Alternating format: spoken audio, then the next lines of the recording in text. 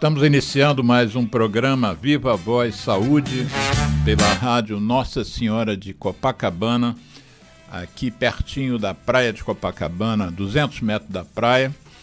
E hoje é dia 16 de setembro de 2023, 3 dias antes de uma data municipal que eu ajudei a criar, junto com o vereador Carlos Eduardo, aqui da Câmara do Rio de Janeiro, Câmara de Vereadores. O dia 19 de setembro, a gente deu o nome de Dia Municipal de Conscientização da DPOC, que é uma doença muito grave, a doença pulmonar obstrutiva crônica, que é uma junção do enfisema pulmonar com a bronquite crônica. Essa entidade DPOC, ela afeta bastante a saúde das pessoas que usam tabaco e ela é hoje responsável por a terceira causa de morte do global, segundo a estimativa da Organização Mundial de Saúde, há muito tempo, inclusive. Então, essa data, há alguns anos, está no calendário oficial da cidade do Rio de Janeiro, e a gente espera que a Secretaria de Saúde e mesmo que a Sociedade de Pneumologia do Estado do Rio de Janeiro tenha algum momento para falar sobre esse problema. O nosso programa de hoje vai, pela terceira vez, em pouco tempo inclusive, abordar uma outra doença relacionada ao uso de tabaco, que é o câncer de pulmão.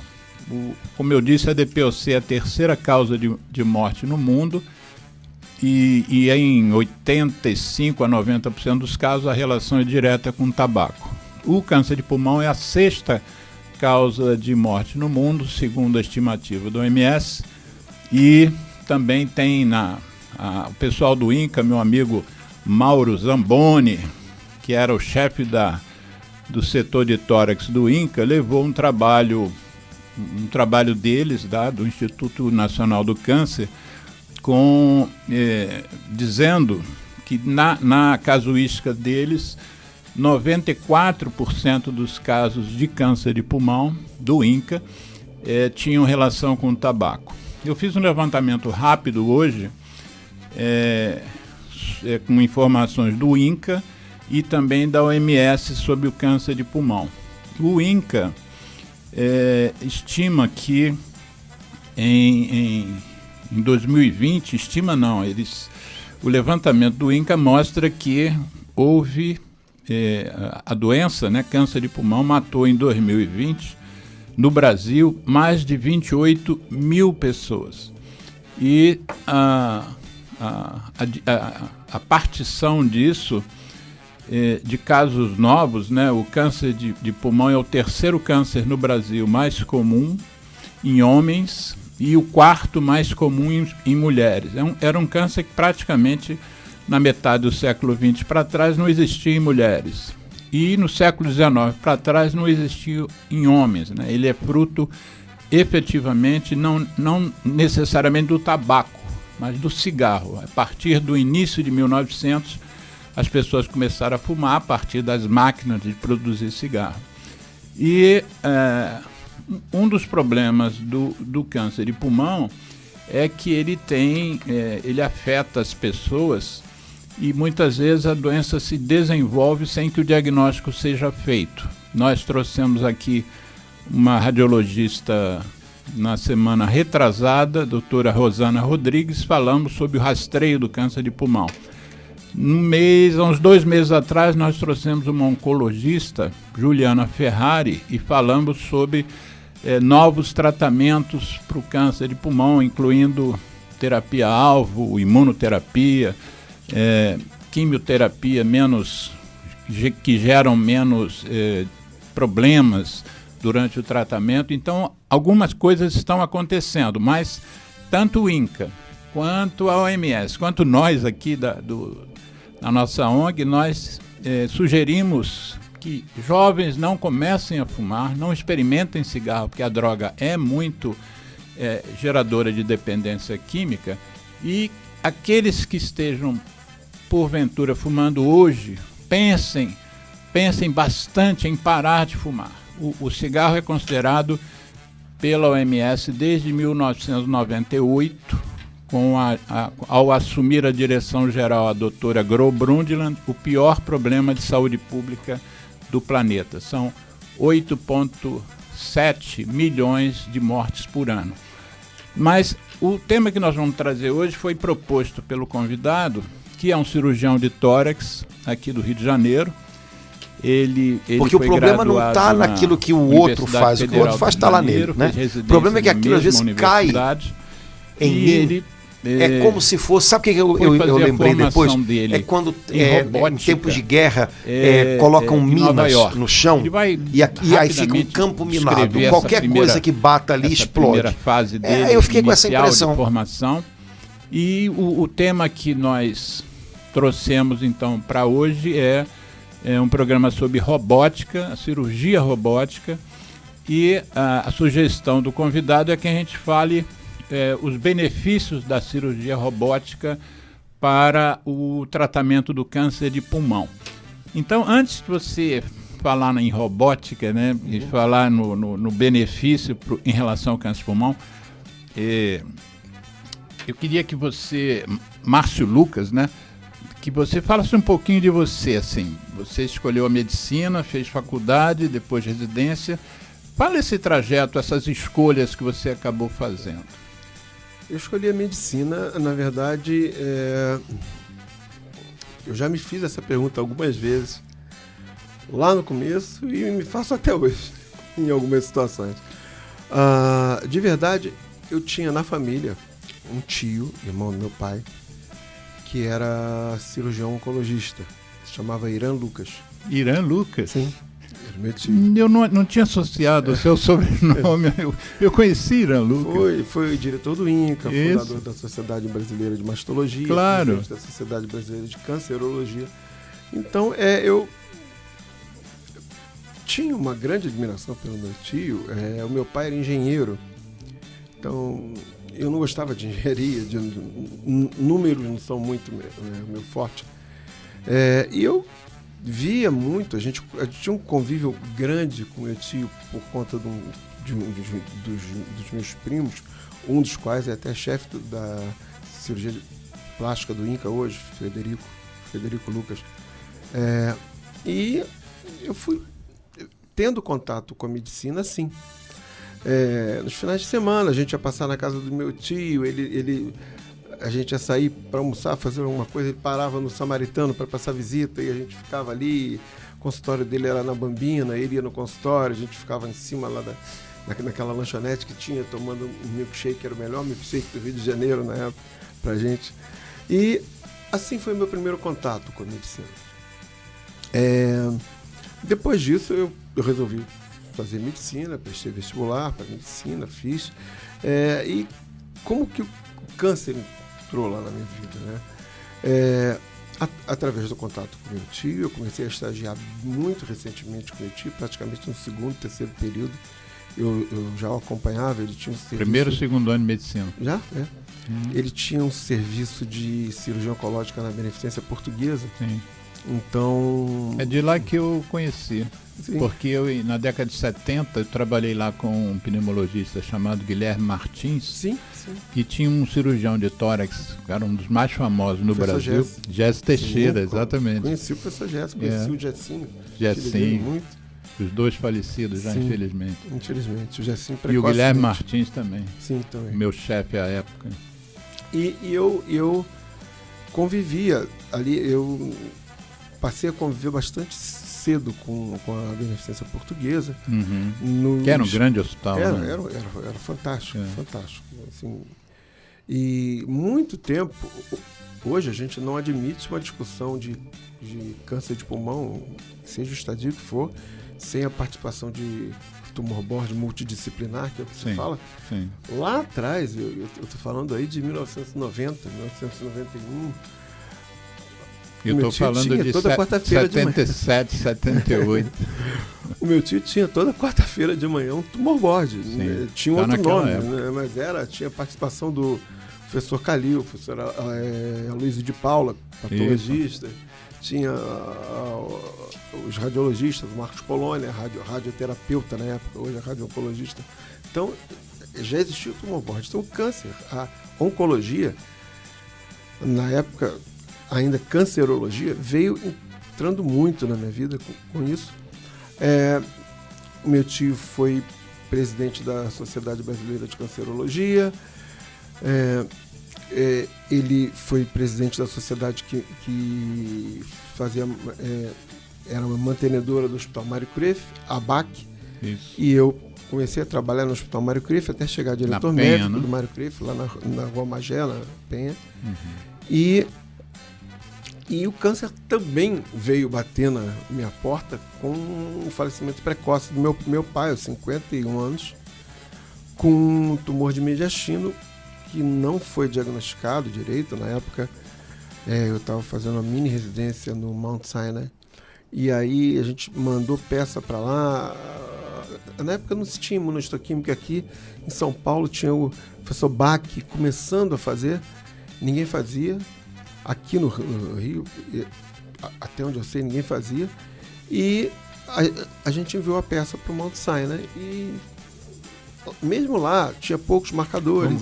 Você daqui a pouco vai falar nisso. Tá. O Monte Sinai, né, seria em português, isso. Em Nova York. Nova York. E onde você fez a sua formação? Não, você fez no Memorial Sloan, né? Isso, com o professor Bernie Park. Então tá. Que é um grande amigo até hoje. Então vai para a tua formação. Você se formou, fez cirurgia? Aí eu fiz cirurgia geral e torácica na UFRJ, isso. Fui residente do professor Rui Haddad. Que está inativo até hoje. Está inativo até hoje.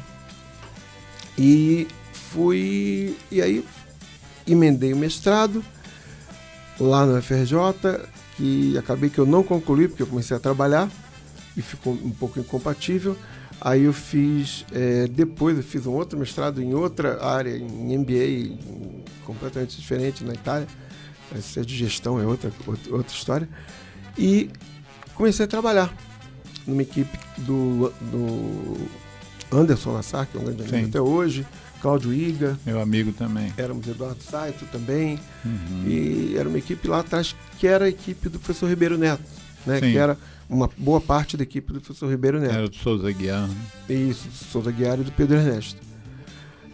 Trabalhei com eles uns bons tempos, uns bons anos, até que saí do Brasil. Aí resolvi sair do Brasil, e fui primeiro para a África do Sul e Angola, na verdade, comecei a trabalhar lá, e depois fui fazer o resto da minha formação lá no... E onde que entrou a robótica na sua vida? A robótica entrou, na verdade, quando aqui no Rio a gente começou a fazer. Eu tinha tido contato com a robótica fora daqui já, mas aqui no Rio nós fomos convidados a fazer, Anderson e eu, as primeiras formações em robótica.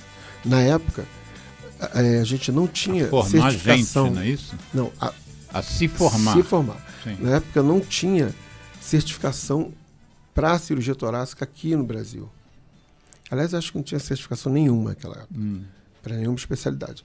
Então, nós fomos para Atlanta, isso foi em 2015. Uhum.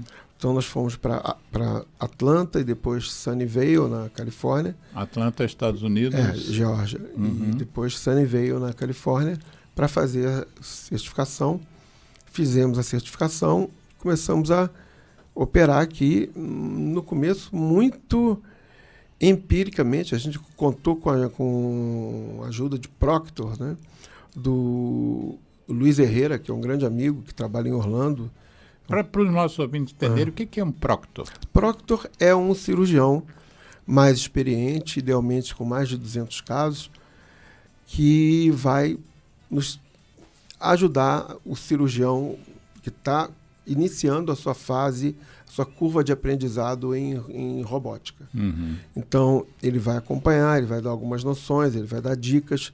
O objetivo do Proctor, na minha concepção, não é ensinar ninguém a operar, ensinar a usar um aparelho, ensinar a uma adaptação à anatomia robótica, que é um pouco diferente, porque a sua visualização é outra. Você tem uma qualidade visual muito melhor, você tem uma imagem 4D.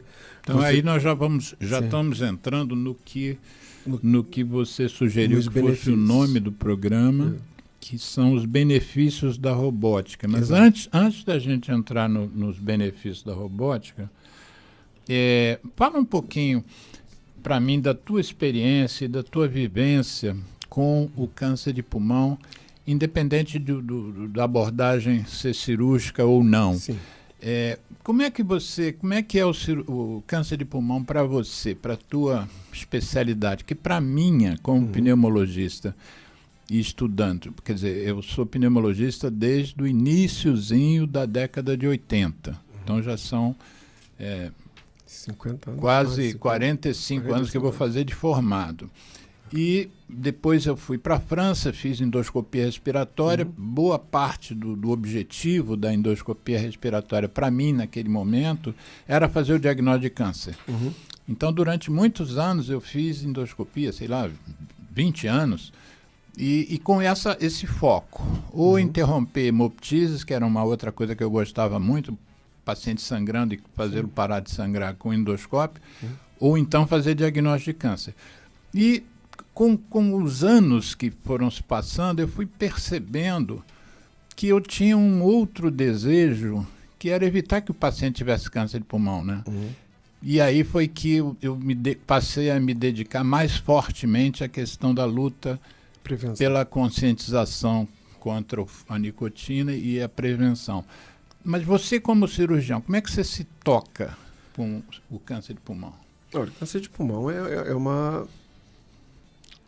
o câncer mais letal que conhecemos. Nos Estados Unidos, as estatísticas americanas são essas. O câncer de pulmão, por outro lado, sofreu, isso a Juliana, quando esteve aqui, deve ter falado, provavelmente foi a doença neoplásica que sofreu maior alteração e na qual apareceram mais novidades e novas terapias e novos conceitos nos últimos 5 a 10 anos. Hoje, o cirurgião de tórax que não está familiarizado com esses conceitos, com esses protocolos, com esses novos, com terapia-alvo, com o que é necessário para você propiciar uma terapia-alvo para o seu paciente, o que é necessário para você fazer com que seu paciente possa ser classificado ou não para fazer uma imunoterapia, seja neoadjuvante, seja adjuvante. O cirurgião de tórax que não está familiarizado com isso, ele vai estar fazendo uma medicina de não muito boa qualidade para o seu paciente. Então, isso mudou muito. A gente teve que se interessar não só pela técnica operatória, que sempre foi interesse nosso, pelas novas táticas, novas tecnologias, como a robótica, por exemplo, e antes a vídeo, mas também pelas questões que antes não eram muito da nossa seara e passaram cada vez mais a ser. Imunoterapia, protocolos de imunoterapia, protocolos de quimioterapia, protocolos de adjuvância, neoadjuvância. O cirurgião que não consegue transitar por isso hoje, ele fica defasado. Então, esse é o câncer de pulmão hoje. Quando eu dou algumas aulas que eu vou falar de câncer de pulmão, eu costumo mostrar um quadro que é uma tabela com vários estadiamentos e cores. Uma cor amarela é que o cirurgião atua solo. A outra cor acinzentado ou esverdeado, ela mostra que aquilo é para ser discutido em tumor board, e a outra cor é única e exclusivamente inoperável, a quimioterapia e radioterapia. O que você fala, tumor board é um encontro de várias especialidades. Tumor board é uma reunião científica. Isso, né, para discutir o caso. Na qual participam pneumologista, cirurgião torácico, oncologista, radioterapeuta, radio-oncologista, perdão. Patologista. Patologista, basicamente isso. Então, dessa tabela que eu falei, hoje o cirurgião atua solo em um quadradinho. Todo o resto tem que ser discutido, todo o resto é passível de intervenções. Então,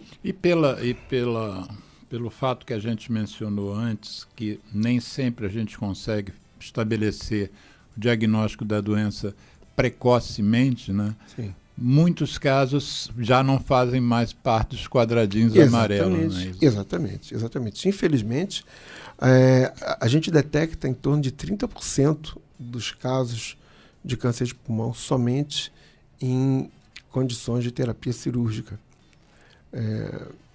Que é a melhor terapia, vamos dizer. Sim, né? Ainda é a melhor terapia para você cuidar de um câncer de pulmão, mas só 30% é que chega 30%. Nessa situação. Eu tinha feito um levantamento aqui na estimativa da Organização Mundial da Saúde, que fala uma outra questão, que é a sobrevida, né? Então, a OMS, isso é uma publicação de 2022, que a taxa de sobrevida de 5 anos para o câncer de pulmão é de 18% em média, Sim. 15% para os homens e 21% das mulheres, que as mulheres têm uma sobrevida maior. Aí ele diz assim, a OMS diz, apenas 16% dos cânceres são diagnosticados em estágio inicial, como, entre aspas, câncer localizado. Agora, quando você descobre esse estágio inicial, a OMS afirma que a taxa de sobrevida acima de 5 anos é maior do que 56%, né? Quer dizer, mais da metade dos casos você pode curar se descobrir mais precocemente. E é uma patologia tão curiosa, tão traiçoeira, que se você olhar a sobrevida dentro do estadio 1, a queda de sobrevida dentro do estadio 1 é absurdamente alta. Dentro de um estadio. Nós estamos falando só de estadio 1, o mais precoce.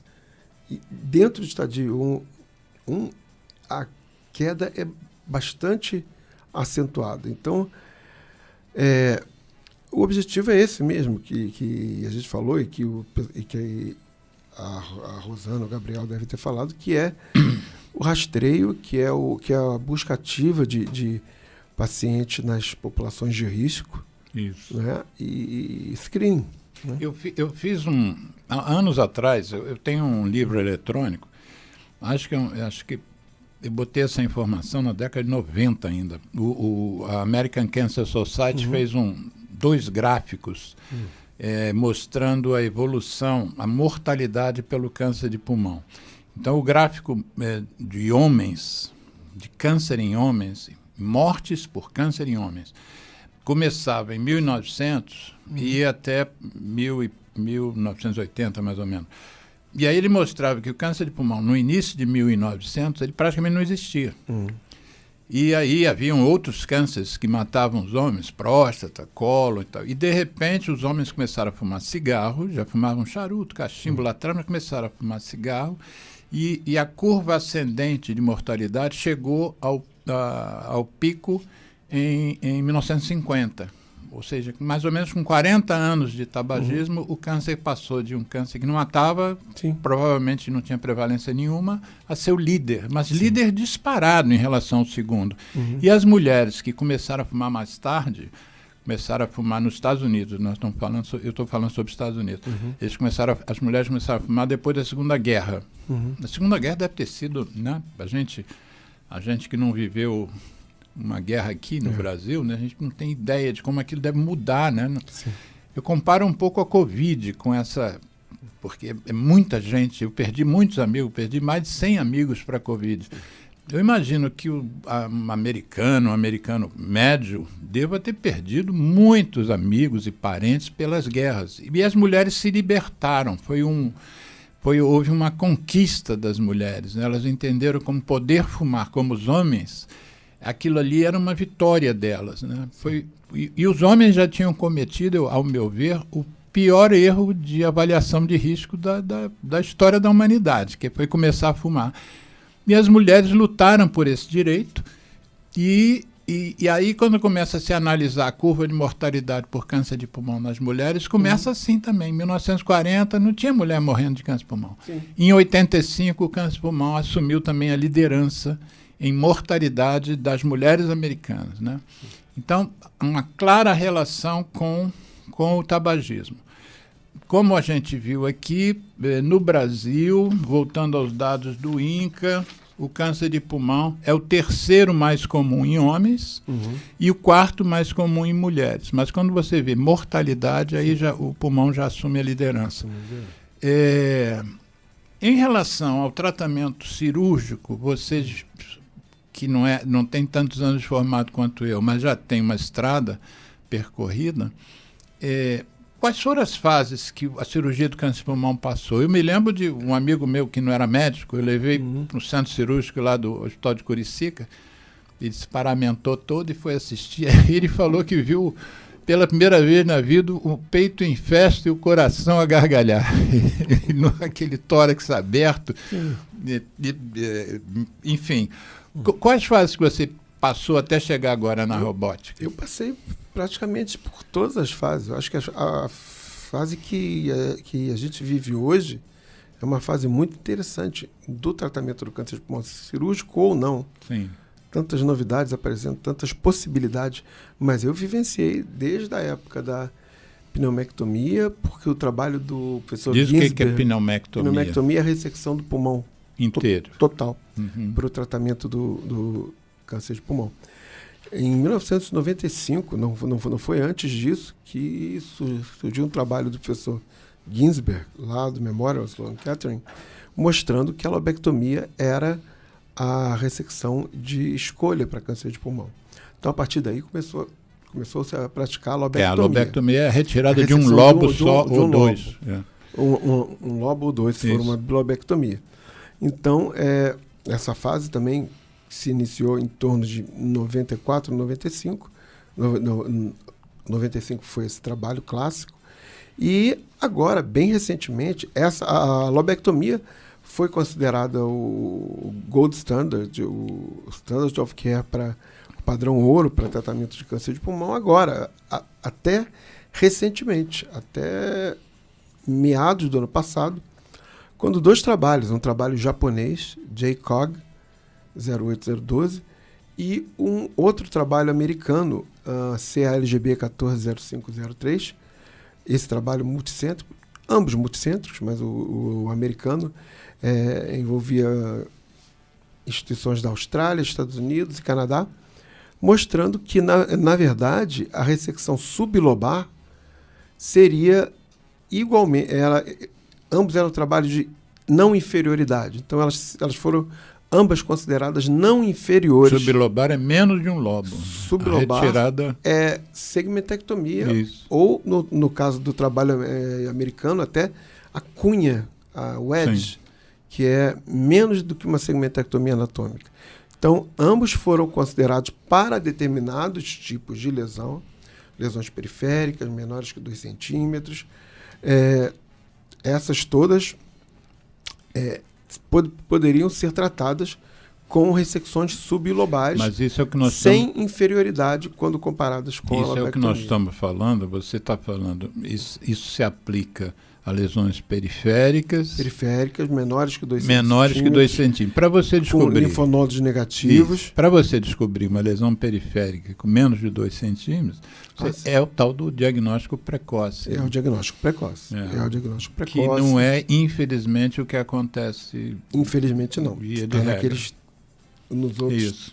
Não está naqueles 30%. Então, agora que você que passou por tudo isso, você recebeu a certificação na cirurgia robótica. Sim. Antes de você falar da cirurgia robótica, especificamente na nossa área de pulmão e especificamente sobre o câncer, fala um pouco da história da cirurgia robótica para outros órgãos, né? Quando é que começou-se a lançar a mão dessa da engenharia robótica? Olha, a primeira lobectomia robótica foi feita em 1992 em Pisa. Já tem tanto tempo assim? Em Pisa, sim, por uma mulher. Por uma professora mulher? Franca Melfi, com quem eu vou ter a alegria de estar, já estive com ela algumas vezes, com quem eu vou ter a alegria de estar agora em novembro desse ano, de novo. Como é que é o nome dela? Porque quando a gente foi editar o programa, eu quero botar a imagem dela. Franca Melfi. Como é que escreve Melfi? M-E-L-F-I. Melfi, tá. Professora da Universidade Ela foi a primeira. Pisa. Foi a primeira lobectomia. Aí, exatamente. A doutora Ivanilda, a doutora Maria Morar. Sim, Maria Morar, sim. E tem... Olha as mulheres na cirurgia. E a Itália mesmo agora, nessa geração, tem bastante... Tem a doutora Júlia Veronese, filha do professor Humberto Veronese. Sim. Tem a doutora Cecília Pompili, que trabalha na Inglaterra.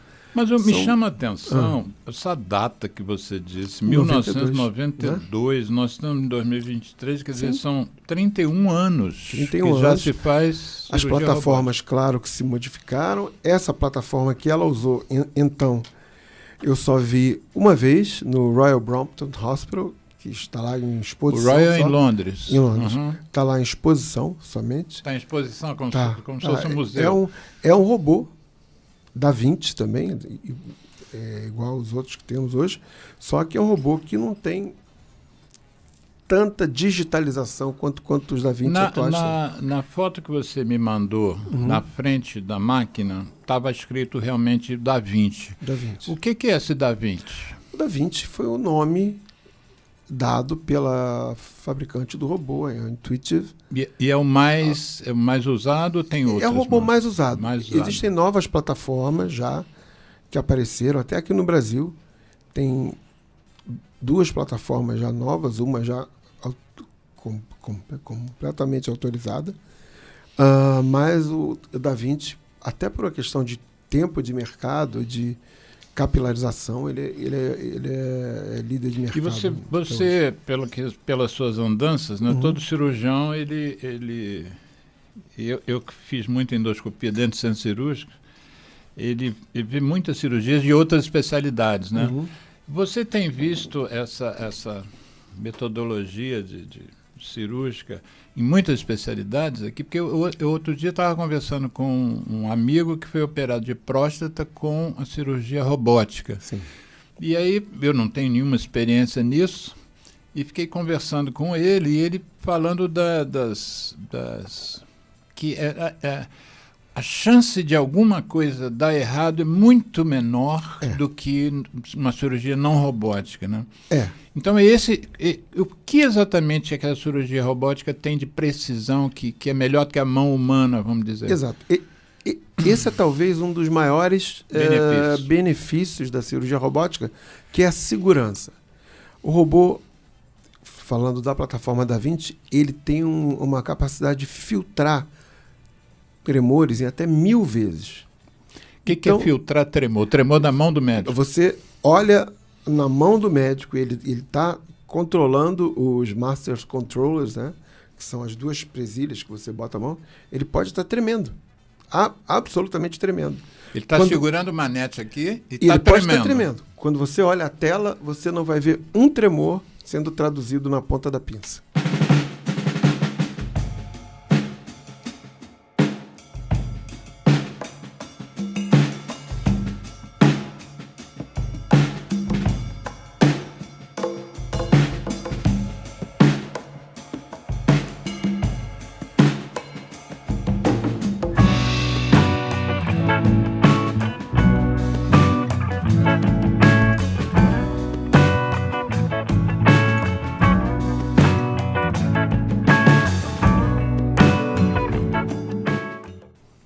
Então, isso é uma capacidade enorme, inclusive, de aumento da longevidade da atividade do cirurgião, né?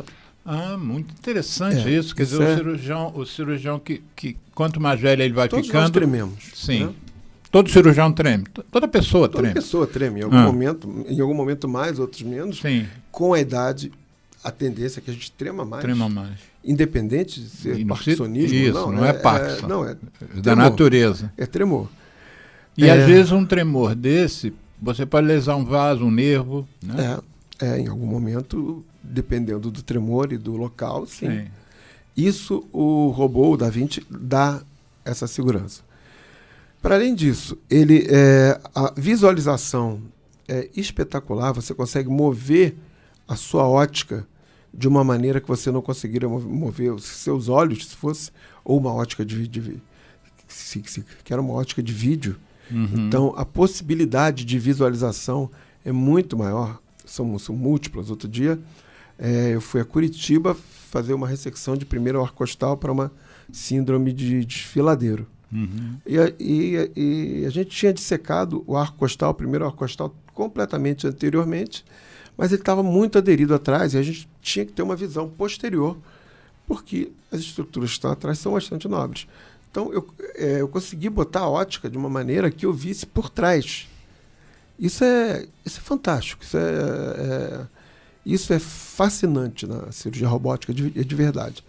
E com isso tudo, essa combinação de visualização, segurança, menos tremor, mobilização das pinças, que elas se movem em 7 eixos. 7 eixos. Diferentes. Então, você pode alcançar algo que esteja aqui, o seu cotovelo, sem qualquer prejuízo à cirurgia. E tudo isso, no caso do câncer de pulmão, se traduz em quê? Numa cirurgia mais segura, numa linfadenectomia mais bem feita, mais criteriosa. Geraldo, sabe o que é linfadenectomia, Geraldo? Linfadenectomia. Não tenho nenhuma ideia. É a ressecção dos gânglios linfáticos, que teoricamente é para onde o tumor migra quando sai do pulmão. Então, uma das partes do tratamento do câncer de pulmão é você não só ressecar a parte do pulmão que contém o tumor, mas também os gânglios linfáticos. Então, com isso tudo que o robô nos permite, a gente tem alguns trabalhos já bem feitos, feitos por gente bem experiente, talvez seja esse o único viés dele, que quem participou do trabalho é muito, muito experimentado. Até um deles é o Bernie Park, que me ensinou bastante coisa. E esse trabalho mostrou um upstaging.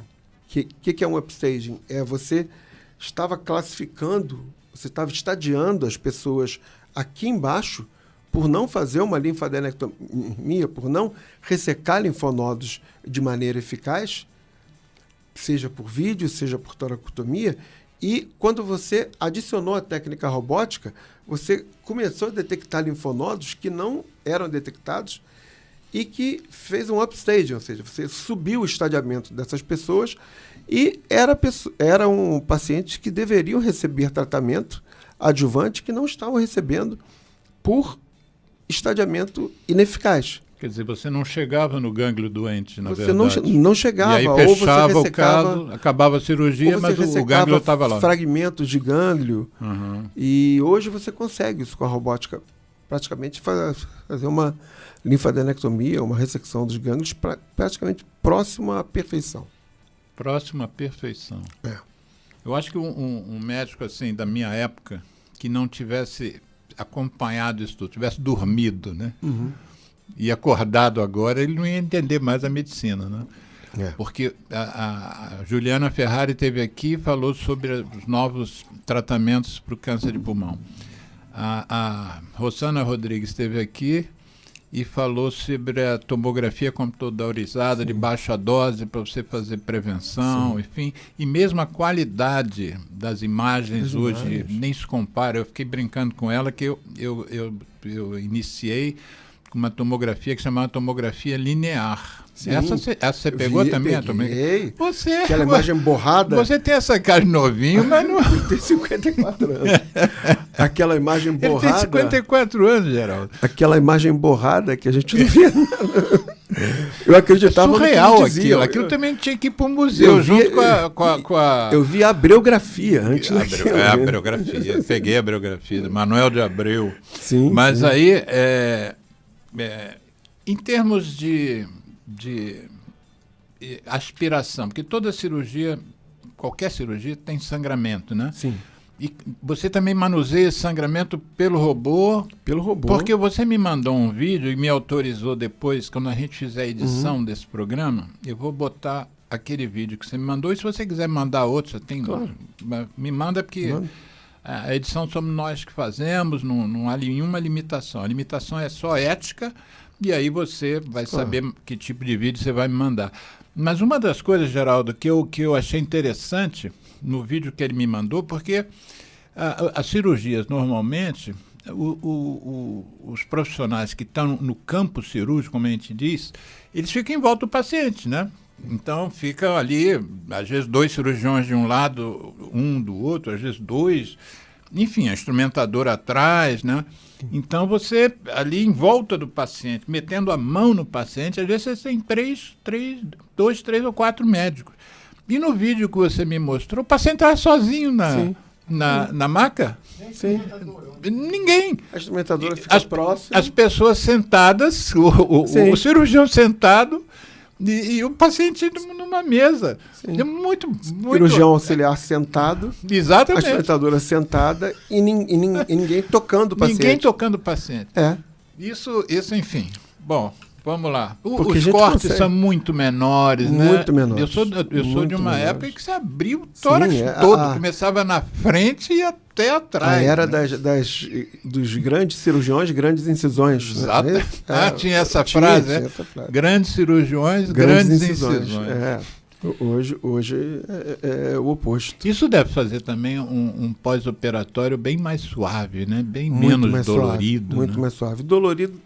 Tem dor, claro que tem, porque, afinal de contas, o trocáter pelo qual entram os braços do robô, o instrumento pelo qual entram os braços do robô, eles se movimentam no espaço intercostal e dá uma dor, dá uma neuropraxia transitória.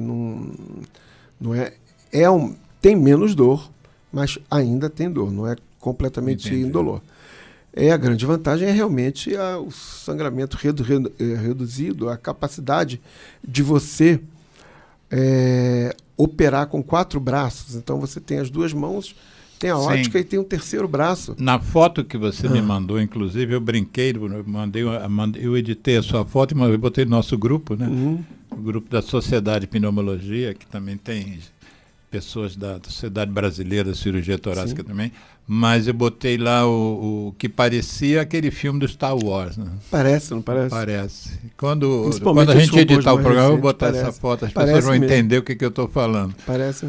Mas, em termos, o nosso programa ele tem duas vertentes bem marcadas. Uma é a questão da prevenção, que a gente gosta de passar bastante informação sobre prevenção, e eu espero que eu tenha passado aqui a questão do não fumar para que se evite o desenvolvimento do câncer pulmonar. O câncer pulmonar não é exclusivo do tabaco, né, do cigarro, mas ele pode vir por questões químicas, poluição, por asbesto, né? Por isso que a gente se esforçou tanto. Agora, essa praga. Sim, isso está incluído. Mas aí, por que eu falei isso, gente? Tem uma questão que a gente no programa também foca muito, que é a valorização do Sistema Único de Saúde, do SUS.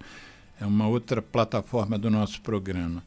E nós trouxemos aqui o seu colega Caio Bianchi e o Gabriel Santiago, eles falaram sobre transplante de pulmão, e eles são da Rede DOR e também são do Instituto Nacional de Cardiologia, que é um instituto público. E você, eu sei que é também do staff da Rede DOR e também Proctor lá. Mas como é que você vê o estágio que eu digo agora não mais do tumor, mas o estágio de acesso à medicina robótica nas unidades hospitalares públicas? Sim, nas unidades públicas aqui no Rio de Janeiro, a gente tem o Hospital Pedro Ernesto. Sim. Fazendo. O Hospital Universitário da Universidade do Estado do Rio de Janeiro. A gente tem o INCA, uhum. Não é? E até onde eu sei, somente o FRJ, onde você se formou, não tem. Parece que vai adquirir um robô ainda. Vai adquirir. Fala em adquirir robô. Qual o custo Marinha, de um robô desses? O custo de um robô desses tem algumas versões, né? Sim. Mas gira em torno de 15 milhões. 15 milhões. Você falou que eu te cortei. Marcílio Dias. Também já faz essa cirurgia. Marcílio Dias é um hospital militar da Marinha. O mais moderno hoje do Rio de Janeiro. O robô deles é mais moderno? Eles, na verdade, foram um dos primeiros a ter um robô, se não o primeiro hospital. Ou foi o Marcílio Dias ou foi o INCA. E o Marcílio Dias, ele é ainda exclusivo para da Marinha. Para pessoas da Força. Militares, só para militares. Então nós teríamos o Hospital Pedro Ernesto e o INCA, e Sim. mais agora a possibilidade da Universidade Federal do Rio de Janeiro também. Exato. Tá bom. E as outras, por exemplo, esse meu colega que foi operado de próstata, é o mesmo aparelho que serve para operar a próstata? É o mesmo aparelho. O que muda é a docagem. O que é docagem? O que é docagem? É a maneira como o robô se aproxima do paciente. Não é?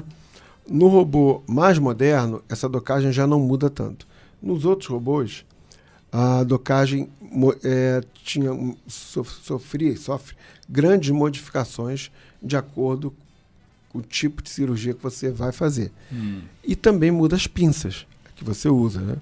A gente, na cirurgia torácica, usa determinadas pinças, o urologista usa outras pinças, o ginecologista usa outras pinças. Todas as especialidades cirúrgicas hoje podem utilizar robô, pelo que você tem visto? Cirurgia plástica não faz sentido. Plástica tem alguns serviços aqui no Brasil, não sei, mas fora sim, que fazem mama já com robótica. Tem cirurgia cardíaca. Em São Paulo tem um colega que faz. Aqui no Rio, acho que de revascularização, não há ainda, por exemplo? Revascularização e válvula. Eles fazem. Tem um colega que faz em São Paulo e lá no Mount Sinai tem um colega muito, muito, muito proficiente que chama. É um colega italiano, Gianluca Torregrossa. Então, você falou da medicina pública, né? As unidades públicas aqui no Rio de Janeiro, mas a medicina suplementar, plano de saúde, cobre esse tipo de cirurgia? Não cobrem. A cirurgia robótica não está no rol da ANS ainda. Eventualmente entrará, mas a gente consegue operar bastante bem. Na Rede Dora a gente consegue operar bastante bem. Há alguns hospitais que cobram taxa do robô, né? Não, o que você quis dizer que na Rede Dora a gente opera bastante bem? A gente tem várias plataformas, a gente consegue ter acesso às pinças, a gente consegue ter acesso à cirurgia robótica sem maiores problemas. Sim, mas não bancado sem o entrave do convênio. Não, sem o entrave do convênio. Sim. A gente opera sem esse mas o convênio paga? O convênio não paga. Não paga. Não paga, mas a cirurgia torácica, por exemplo, é uma cirurgia que gera o convênio muito... paga a hotelaria, né? Sim. Paga tudo, mas a intervenção via robô... A intervenção, sim. Que é uma cirurgia como outra qualquer. Sim. Ela não paga a taxa do robô. Entendi. Né? Não entendi nada. Cirurgia, por exemplo, você vai tirar o pulmão do doente. Faz uma lobectomia, tá? Tirar o lobo do pulmão. O convênio vai receber uma fatura dizendo que foi feita uma lobectomia. Sim. Independe da técnica que foi, da tecnologia que foi utilizada. Com robô ou sem robô. Ele vai pagar, né? o custo do robô aí varia de hospital para hospital. Tem hospital que cobra, tem hospital que não cobra. Tem hospital que não cobra. Tem hospital que não cobra. Na verdade, aqui no Rio de Janeiro, a maioria dos hospitais não cobrava. Ultimamente, alguns começaram a cobrar com umas taxas exorbitantes, mas que esse caso que eu te falei, eu tenho dois amigos. Um foi operado por robô, ambos de próstata, e o outro sem robô. O robô, a diferença foi de R$40 mil, que foi quanto ele despendeu. Ele chegou a fazer vaquinha para isso. Por hospital? Pro procedimento lá. Não sei para quem foi o recurso. Né? Eu não sei detalhes, mas eu nunca vi uma taxa assim. Então tá bom. Então tá bom. Mas é só para os ouvintes terem uma ideia e a gente, o sistema único... As taxas são único, bem mais baixas que isso. O Sistema Único de Saúde, eu acho que, como você disse, né, pode não ter hoje essa disponibilidade, mas vai ter. Vai ter. Isso não, eu acho que é um caminho sem volta. Vai ter.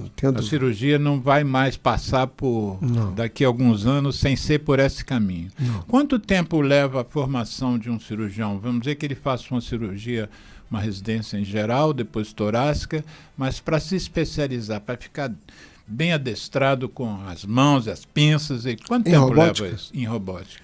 Olha, a Sociedade Brasileira de Cirurgia de Tórax tem um comitê de certificação em cirurgia robótica, do qual eu até faço parte. Sim. E a SBC tem até um curso próprio. SBCT, Sociedade Brasileira de Cirurgia Torácica. Tem até um curso de certificação, qual eu tenho muito orgulho em coordenar, que a gente tenta... Vamos fazer uma pausa. Você é o coordenador do curso de cirurgia de robótica da Sociedade... Certificação de cirurgia robótica da SBCT. Isso. Tá. A gente tem, por norma, preconizar 10 cirurgias assistidas, 10 cirurgias proctoradas, e depois ainda vai ser implementado, está em fase de implementação, uma norma da AMB, que exige... AMB é a Associação Médica do Brasil, brasileira, que exige que haja uma nova avaliação do proctor, haja um parecer do proctor, autorizando ou não o cirurgião trainee, digamos assim, chamemos assim, ou proctorado, a iniciar a sua prática robótica. Sim. Isso e aí ele não vai... Por exemplo, eu comprei o meu broncofibroscópio na década de 80. Eu me lembro que eu vendi um terreno que eu tinha em Saquarema, na frente da praia, e comprei, o dinheiro foi todo para comprar o aparelho, mas foi um recurso, né? E os cirurgiões não vão gastar 15 milhões para comprar um robô. Não.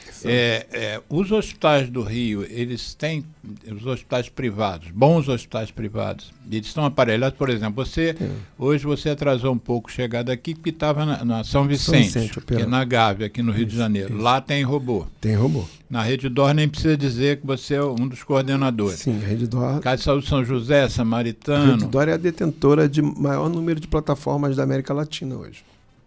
De plataforma de robô? Robóticas. De robótica? Sim.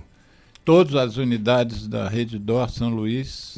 Nem todas. Todas as unidades, porque isso varia de acordo com a complexidade da unidade, né? Claro. Isso não há demanda para ter.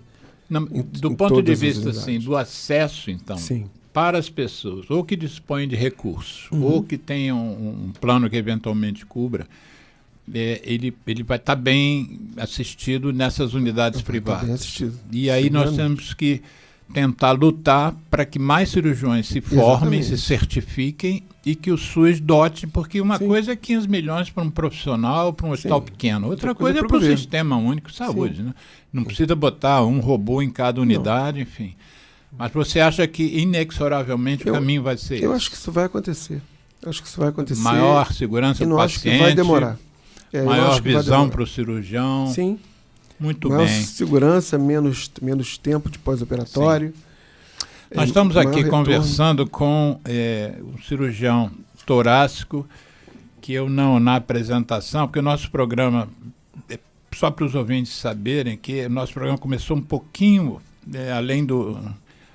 o programa foi um pouco menor e eu acabei atropelando um pouco o início do programa, né? Eu não comentei que o nosso convidado é membro titular da Sociedade Brasileira de Cirurgia Torácica e também da Sociedade Italiana de Cirurgia Torácica.